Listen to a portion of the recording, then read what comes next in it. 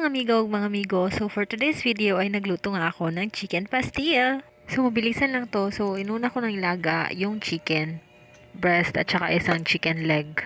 Wala lang, bet ko lang maglagay ng chicken legs para may sipa.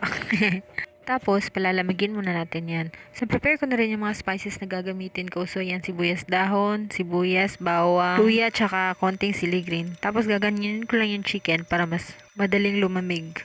Well, pinapalamig ko yung chicken. Nimulan ko na rin lutuin yung mga spices. Una ko nilagay dyan yung sibuyas dahon. Tapos, hintayin lang natin yan na maging color brown. Nung lumamig na rin yung chicken, sinimulan ko na siyang himay-himayin into small pieces. Color brown na nga yung sibuyas dahon. Nilagay ko na rin yung bawang and other spices. Tapos, hahaluin at lulutuin ko lang siya hanggang sa maging translucent na yung sibuyas at saka yung bawang. At ito naman yung hinimay-himay ko na kanina. So, i-chop ko naman siya into smaller pieces.